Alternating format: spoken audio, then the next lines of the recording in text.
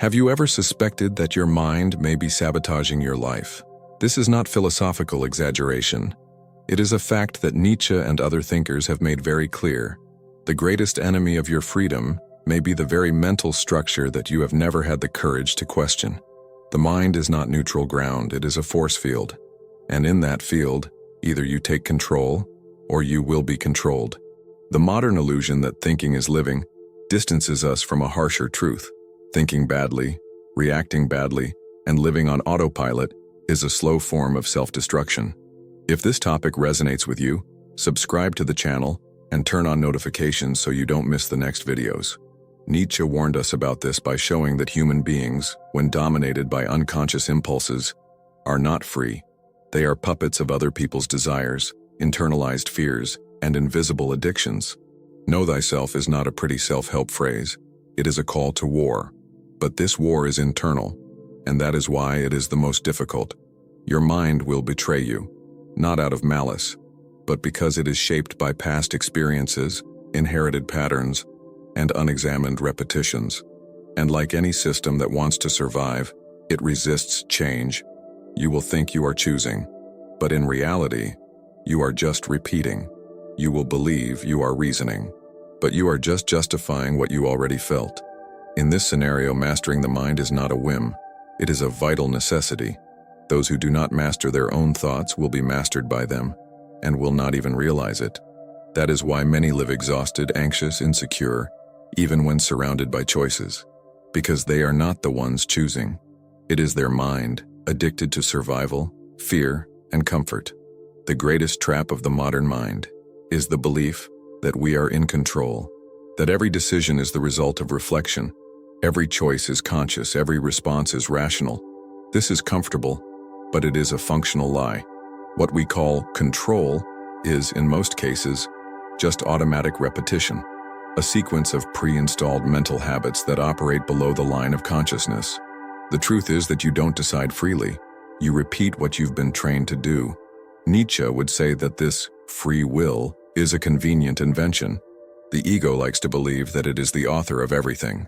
But if you look closely, you'll notice that much of what you feel, think, or do is a pre-programmed response. Stimulus, response, a conditioned reflex disguised as choice. You wake up and immediately think about what you need to do. You see a message and immediately respond. You hear criticism and immediately defend yourself. It's the reactive mode in action, a mode that seems natural but prevents you from creating something new because it keeps you a slave to the predictable. The spontaneous mind is often a tamed mind, tamed by algorithms, by childhood, by wounds, by unresolved traumas. What you think is instinct may just be an old command that has never been questioned. And the most dangerous thing about all this dynamic is comfortable, because thinking consumes energy. Questioning is tiring. Stopping to observe your impulses takes courage. That's why most people avoid it. They prefer to believe they are in control, even when life itself proves otherwise. Even when their reactions are always the same, their frustrations repeat themselves, and their emotional cycles go round and round in a loop. People who live like this don't choose to. They just confirm. They don't act. They just react. And time passes. The challenge now is simple but not easy. Notice every time you react automatically, and ask yourself, was that a choice or just a reaction? This is the first step to mastering your own mind. Understand that what you call freedom may just be an old pattern acting automatically. The mind is not transformed by ready-made phrases or good intentions. It only begins to change when it is forced to see itself, and that requires a rare skill: observing the invisible. Invisible here does not mean mystical. It means subtle. It means everything that happens before the act. The impulse that comes before speech, the tension that arises before the response, the thought that appears before the decision.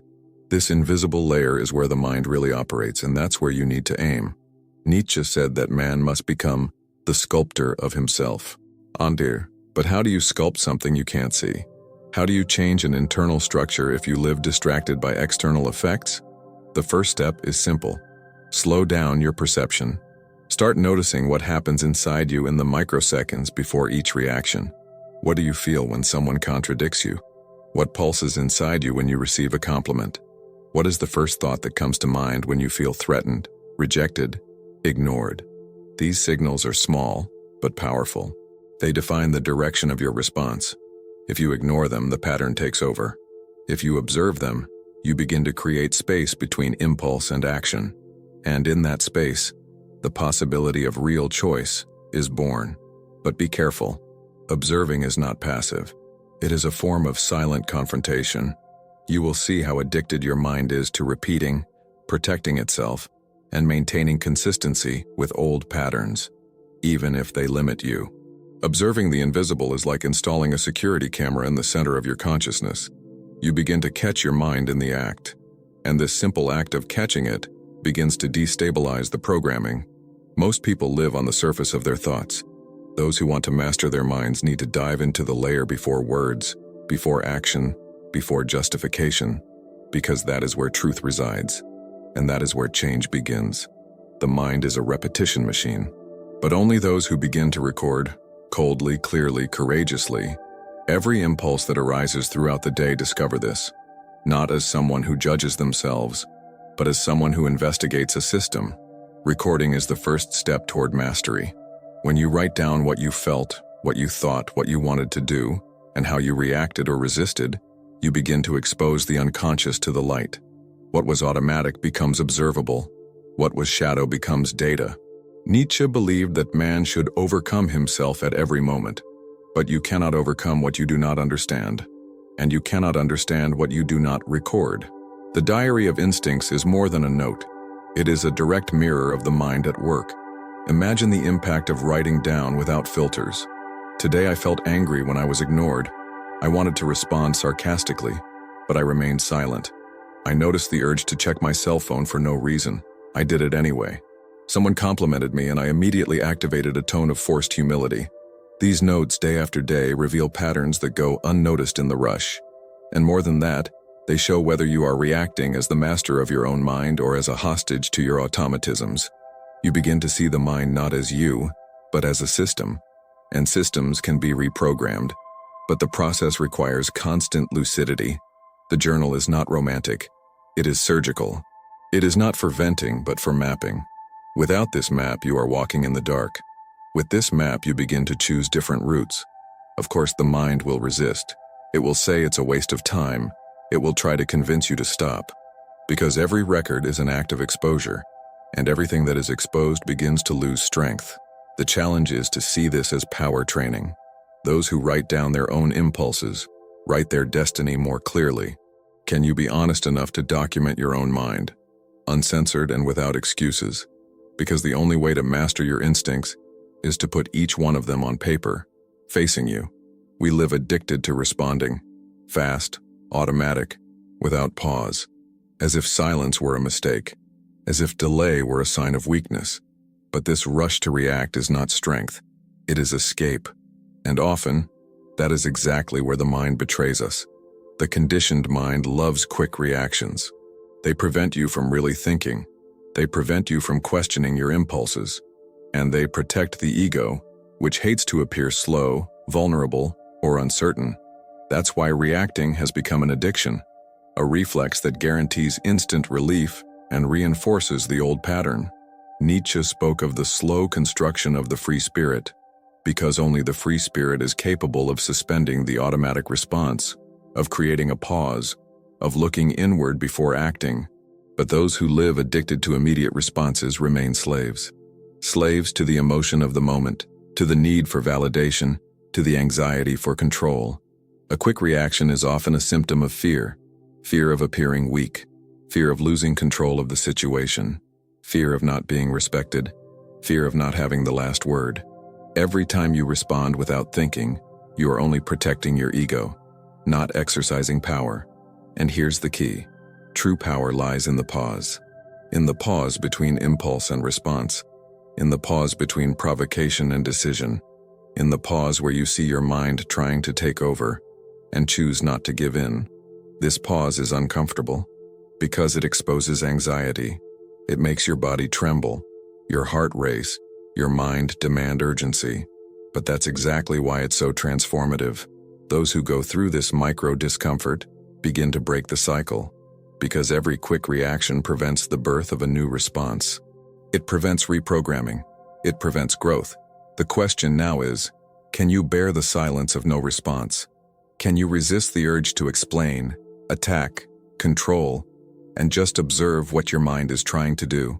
Those who master this space begin, in fact, to master themselves. Before the mind speaks, the body has already said everything.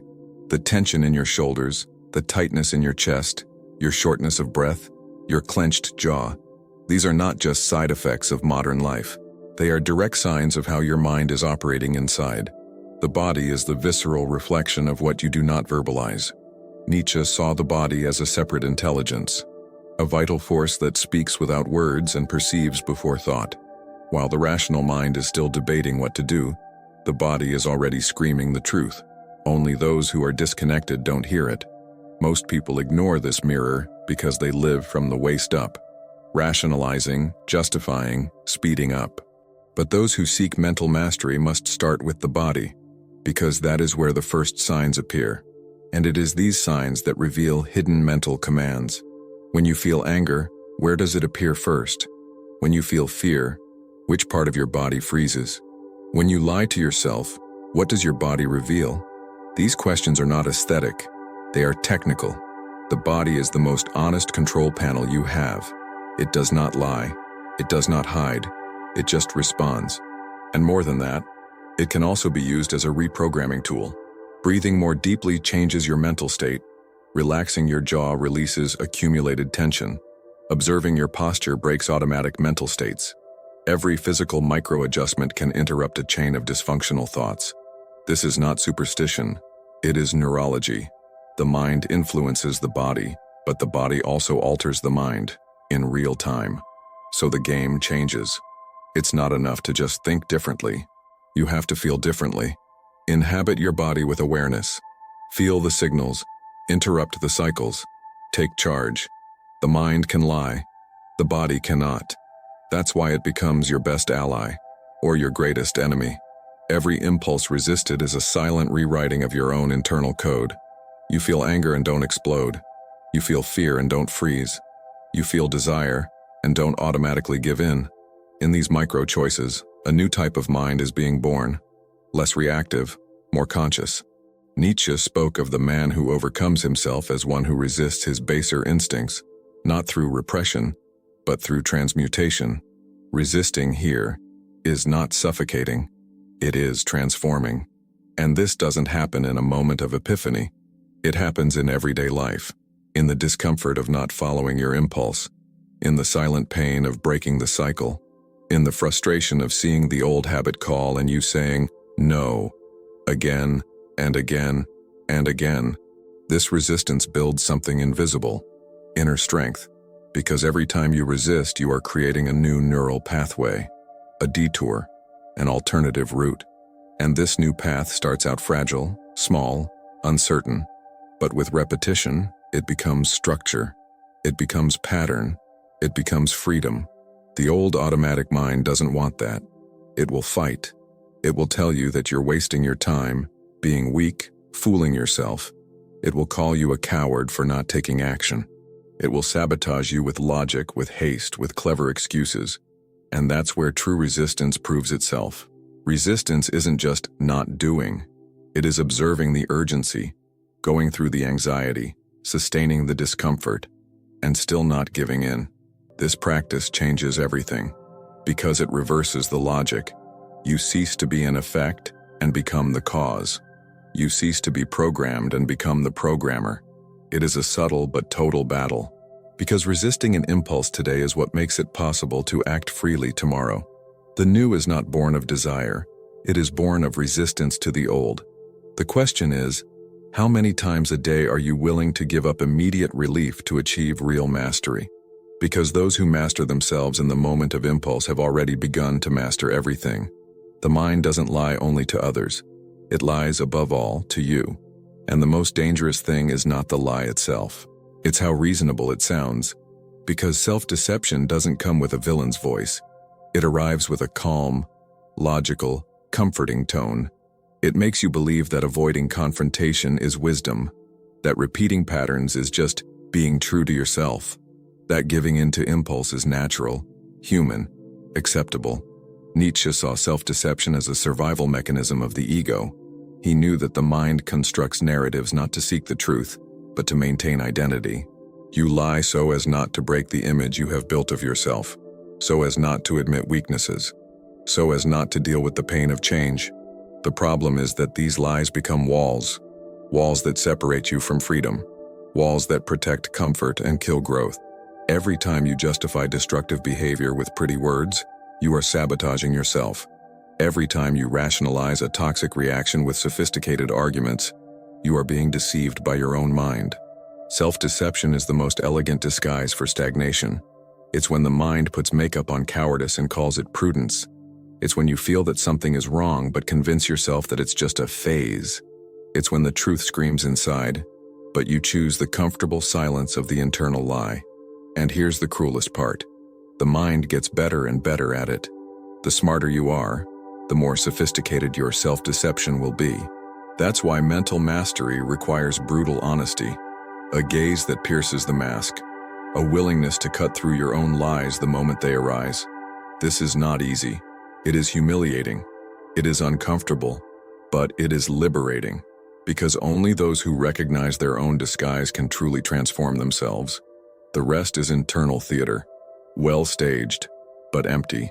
So look at yourself now with courage. What lie is your mind telling you to keep you exactly where you are? No real change happens without friction, and the greatest friction is always internal. It's you against your standards, you against your narratives, you against what has always seemed normal, but has never been healthy. Nietzsche knew that transformation requires direct confrontation. It is not enough to understand the problem. It is not enough to be aware of the pattern. You have to clash with it. Face the repetition head on. Challenge it at the exact moment it tries to dominate you. And that hurts, because patterns don't want to die. They have roots. They have stories. They have identity. When you try to change, your mind reacts like a system in panic. It tries to restore the old. It seduces you with memories. It scares you with possibilities. It weakens you with fatigue, all to prevent the collapse of the old self. But it is precisely in this collapse that the key to reprogramming lies. Do you want to break the cycle? Then you need to endure the discomfort of acting differently, of saying no when you used to say yes, of waiting when you used to react, of speaking clearly when you used to remain silent. Every conscious act that contradicts the old pattern creates friction, and that friction is the heat that burns away the old programming. But many people, when they feel that heat, back down. They think they're doing something wrong. They think they're getting worse, when in fact they're exactly where they need to be. Reprogramming the mind is not like formatting a disk. It's like facing a wild animal that you've fed for years. It will fight. It will scream. It will kick. And it will try to convince you that you're losing. But it is in this confrontation that the mind understands. Now you're in charge. There is no mental mastery without internal warfare. And those who are not willing to confront their own patterns will continue to be ruled by them, with increasing sophistication, increasing self-deception, and increasing distance from themselves. Everything changes when you take the throne of your own mind. Not because thoughts disappear, not because impulses disappear, but because finally, you are the one who decides. Mental mastery is not a permanent state. It is a constant practice. It is the act of being awake in a world that screams at you to fall asleep. It is the silent gesture of resisting where everyone else reacts. It is the steadfastness to endure the discomfort that comes with freedom. Nietzsche did not speak of total control. He spoke of continuous improvement. A mastered mind is one that no longer rules alone. It is a tool, not a tyrant. It serves your consciousness, not the other way around. This path is not for everyone, because it requires invisible discipline, inner courage, and brutal honesty with your own labyrinth. But for those who go through this process, for those who record their impulses, resist addictions, confront patterns, unmasks self-deception, and reprograms with clarity, the mind ceases to be a prison and becomes a powerhouse, and that redefines everything. Relationships change, because you no longer react automatically. Decisions change because you are no longer driven by fear. Perceptions change because you now see what you previously overlooked. You stop being a product of the world, and you become the author of your own reality. Mastering the mind is not just about control, it's about true freedom. Now think, are you going to continue giving in to a mind that sabotages you? Or are you going to take control and command your own life from the inside out? If this content made sense to you, like the video, subscribe to the channel, and comment on what caught your attention the most.